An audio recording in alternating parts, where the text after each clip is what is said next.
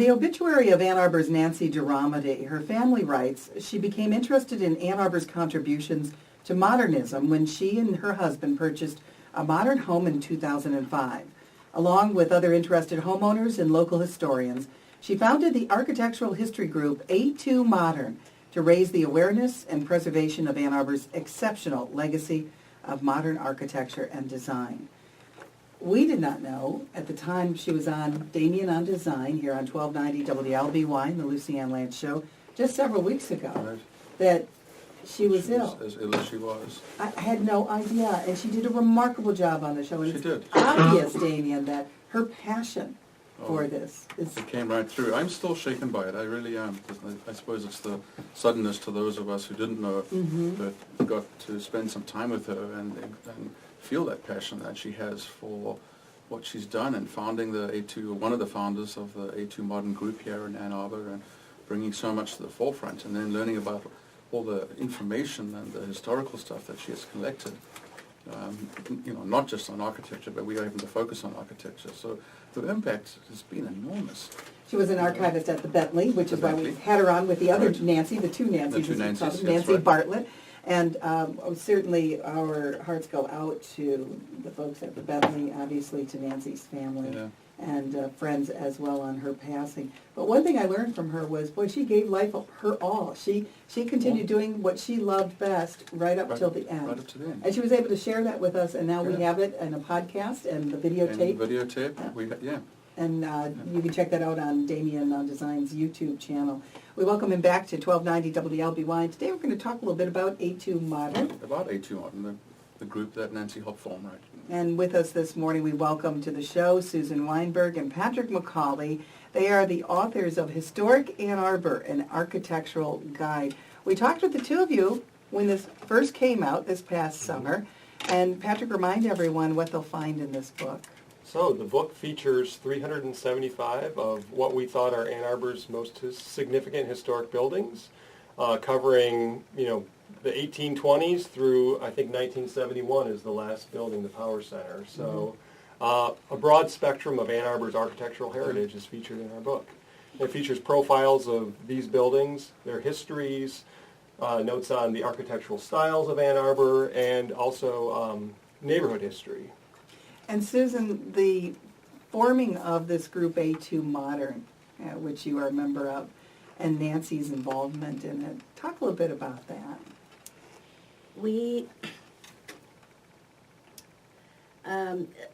This was part of the effort of the state of Michigan through a program called Michigan Modern to highlight modernism in Michigan as a tourist attraction.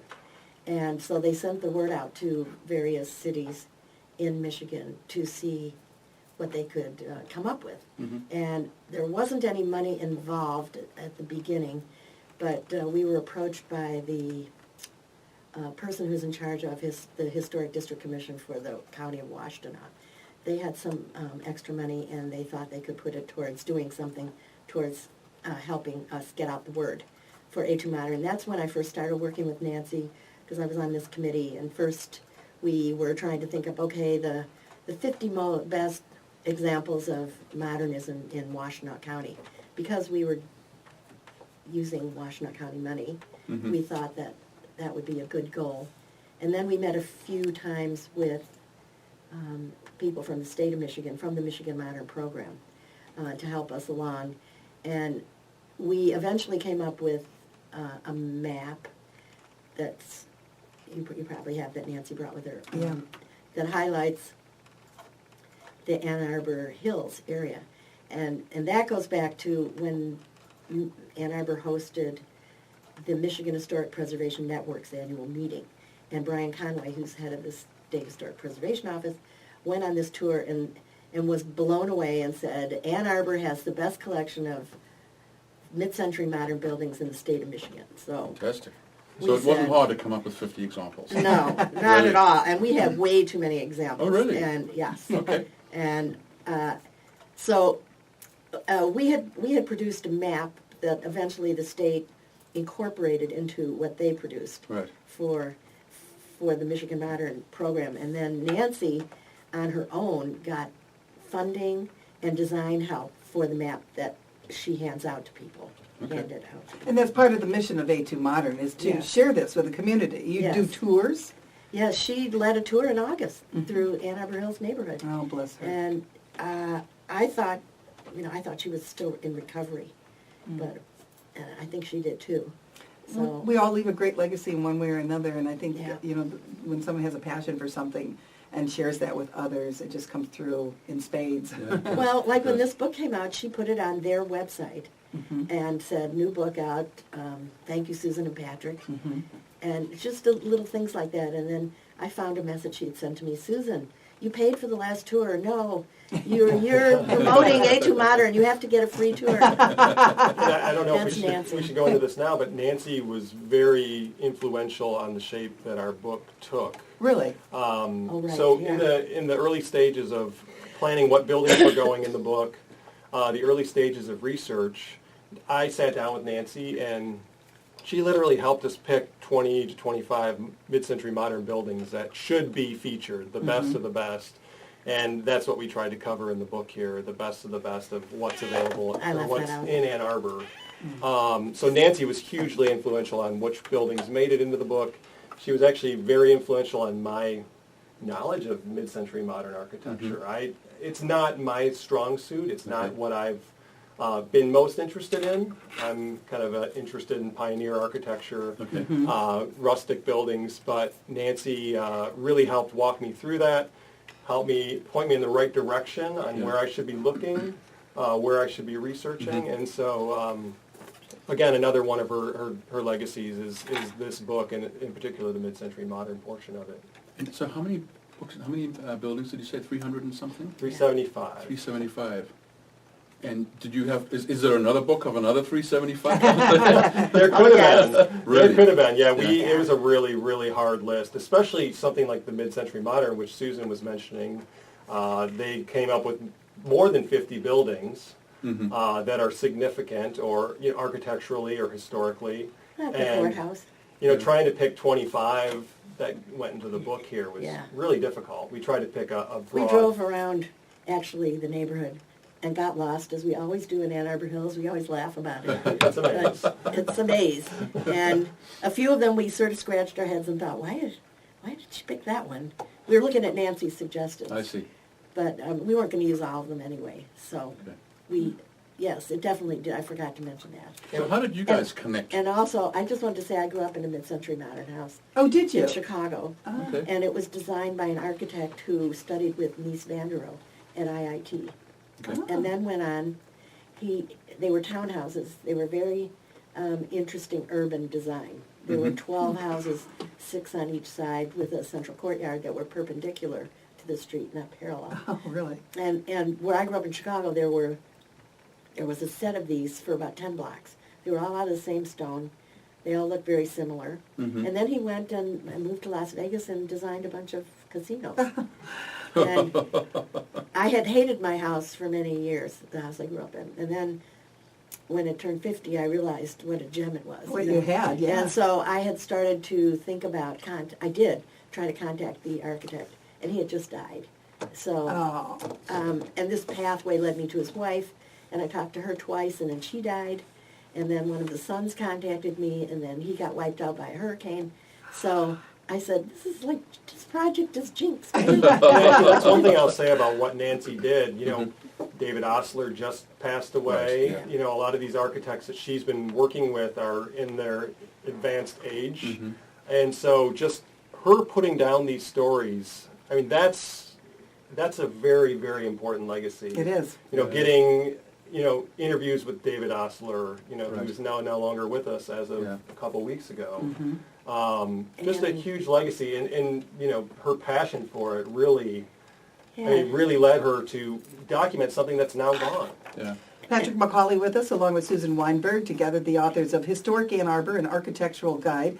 Damian on Design with Damian Farrell, who is with Damian Farrell Design Group here in Ann Arbor. This is the Lucy Ann Lance Show, 1290 WLBY. Damian, you had posed a question that Yeah, they didn't sorry. answer yet. No, And this- it is interesting because Susan, you have been on the historical scene here for a number of years here in our community. Fair to say? Yes. First appointed on the commission, I think, back in... 80s.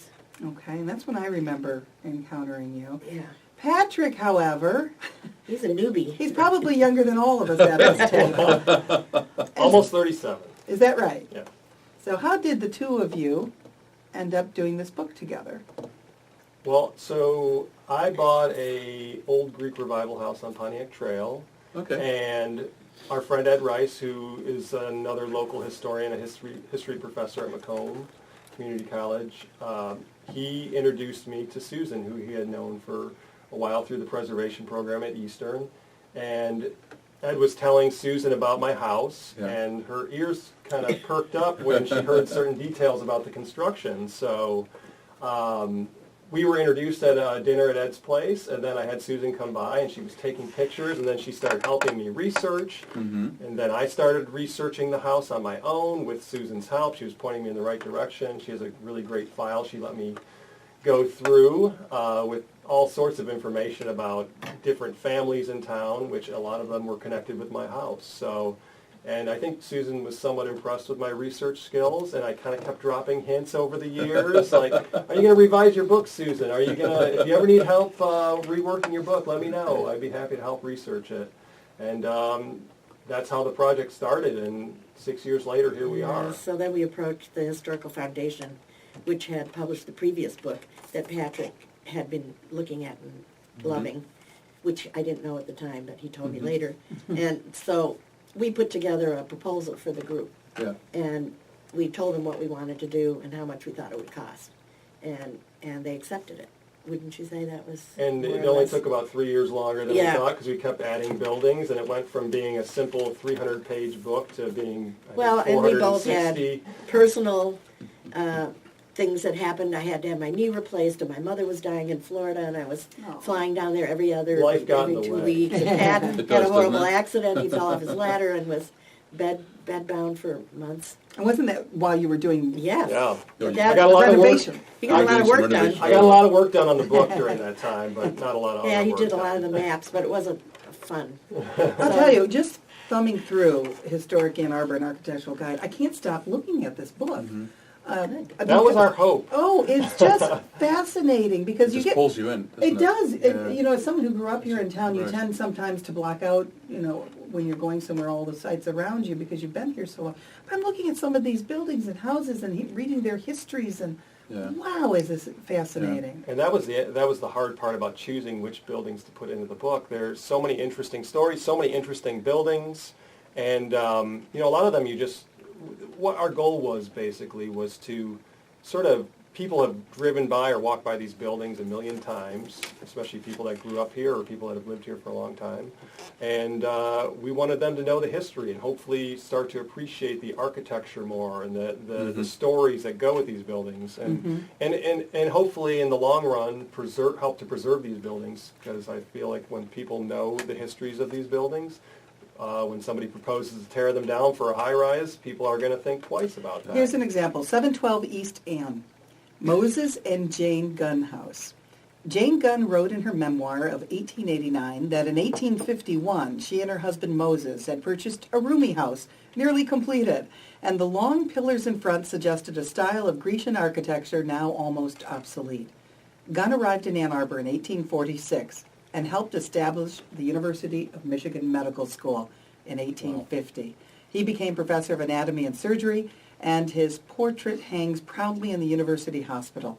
Gunn was a native of East Bloomfield, New York, and married Jane Terry, the daughter of a local doctor, in 1848. And there's a picture of this house, and I'm looking at it, I think, I go by it all the time. Do you know that's my house? No! That's my house. This is your house? Yes. I had no idea. Of all the ones to pick. Of all the ones to pick, yeah. I love your house. You love my house. I do. It's a beautiful house. It is gorgeous. And the amazing thing about it is that it was moved. Because Oh, it really? was at the corner. Yeah, it used to facing stand facing state. state. I And the didn't know property that. went all the way back to Thayer, When was it moved? 1898. Oh, my goodness. Wow. It was, They were moving them back there. oh, huh? yes. Oh, so that was And the- his that house was- was moved too. That was the interest. My house is also in the book. It's 1845. It was built by Jonathan Lund, who was a prominent businessman and farmer in town. And Do you know what page you're on? I don't. I can't remember. believe you picked my house. Well, and I knew you lived on East Ann Street, but there are a number of houses on Ann Street that are listed in this book here. But my house was moved in about 1867. We were able to determine that based on the maps and Okay. some clues I found in the basement that connected it with the property. Okay. It wasn't on the maps in its current location, and it moved between 1866 and 1869. So we were able What to is figure that. the name of your house? The Lund Spot Elf Go House. look for Lower Town. Okay. I can- All right, thank you. Again, Yeah. so it's a They're very organized by modest neighborhood. house, but, Okay. So my big question is, it wasn't long ago, as a practicing architect in this town, that mid-century modern homes were referred to as, oh, it's one of those. Really? Yes. I mean, they were, in a lot of people's minds, dated. The kitchens were dated, the planning was different, if you will, from what we see with McMansions and planned book homes that we sprouting up. Now all of a sudden they are the hottest ticket around. Why do you guys think that is? Magazines. well, and I can, Okay. Magazines and gay people. Okay. The gays really started appreciating 1950s houses 20 years ago. Really? And when I went back to visit my house, it's occupied by a gay couple, and the house across the way is a gay couple, and the neighborhood's called Boys Town, and they really saved my neighborhood. Everything was being demolished. That was 1890s on up to you name it. So there was a sensitivity to the So artistic there was nature of these and homes? I credit the gay community for making these buildings more desirable. And I would say, too, so for my generation, my parents were baby boomers. They grew up in these houses. Right. They have a very, very different feeling towards them. It reminds them of their boyhood or Yes. the home they grew up in. And for me, it reminds me of my grandma's house. She lived in this long 50s ranch. And so it has a very different sort of feeling for me. It was kind of old and dated at the time when I was Yes. growing up.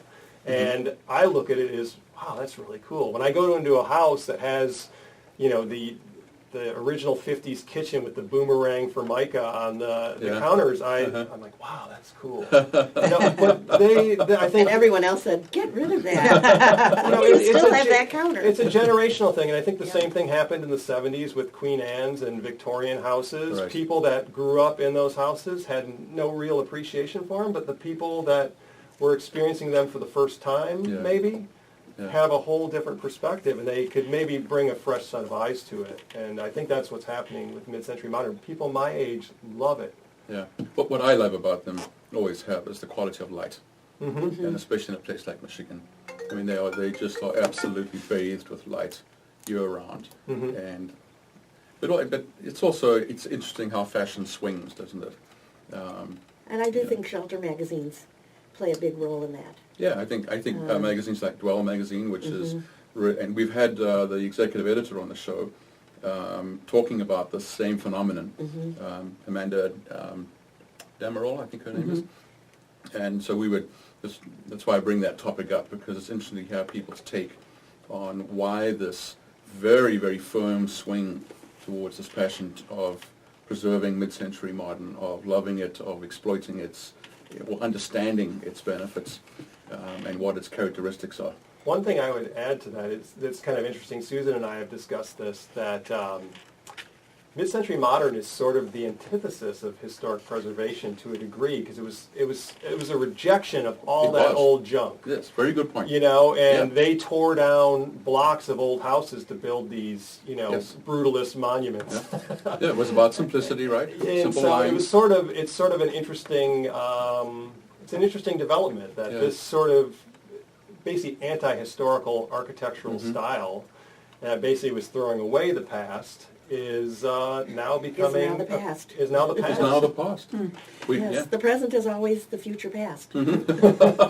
356 I just made that Hilldale, up. Myron and Barbara Levine House. The Levine home exhibits the clean lines and geometric forms of the mid-century modern style and has spectacular views of the Huron River from its hilltop perch above Barton Drive. The home was built by Myron and Barbara Levine in 1962, shortly after Myron became associate professor of human genetics at the U of M Medical School. Wow. And this was actually designed by, the architect was Donald Van Curler. Oh, really? Yes, who graduated from U of M School of Architecture in 1960. He had a long career with Van Curler and Associates in Flying Dutchman, Right. management and construction. But he also, I didn't know this, he designed, it says here, his designs included the 1970 Campus Inn on East Huron. Did you know that? I did not know I that. did No. not either. No. And the 74 addition to the 57 Eldon Dow Ann Arbor Public Library. And so this was Nancy's, this is one of the things that Nancy DeRomedy helped with, is so, you know, having Van Curler featured it, we wanted to at least have one building by Van Curler in the book. So, you know, that was one example And that we we chose. gave Bobby Levine and her husband an award, a preservation award, and they came to the party. Her husband has since died. Yes, he has. But when I spoke to her, I said, they're the only occupants, I mean, they're the original owners still in the house.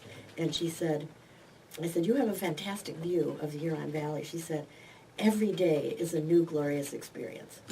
I just thought that was a fantastic Well, and that thing speaks to what say. Damien was talking about with the lights, With and the the lights. sensibility Yeah. to light. Yeah. And I was going to comment about that because we had window walls Mm-hmm. in our house in Chicago, and of course it got dated. It was all full of Italian 50s furniture. They got rid of all that. They put in toile, and this is my mother redecorating. And then we had heavy curtains over these windows Oh, those that were gorgeous always windows. closed, always no. closed. So there went the quality of light. I don't. Taste change. Yes. So Where is your book available? All over the local bookstores in town, Downtown Home and Garden, Literati, Bookbound, Nicola's, and at the nail shop. in about a week or two, it will be available on Amazon.com. Excellent. Did we say And- Literati? Mhm. Yes. Downtown okay. Ann Arbor. Historic Ann Arbor. Oh, and the museum on Main Street. Excellent. An architectural guide. This is lovely, and what a great gift this I would think be. it's, yeah, a must-have for everyone in this town. Yeah, published by the Ann Arbor Absolutely. Historical Foundation. And you know, they're a nonprofit, so all the money goes to them. Yep. We are not getting royalties or anything. We just want to put the word out there. And again, I love people who have this passion. They do it Yes. for the love of it. Susan Wineberg and Patrick McCauley, great talking with you today. Thank you so much for joining us, you guys. Oh, thanks. And congratulations. Thank Thank you. you so Congratulations on a much. fine book. Fabulous. Damian on Design each week here with Damian Farrell from Damian Farrell Design Group on the Lucy Ann Lance Show, Ann Arbor's talk station, 1290 WLBY. Thanks, That was guys. excellent. Thank you. What a Thank you so great much. conversation. That was shorter than I was. expected. Can I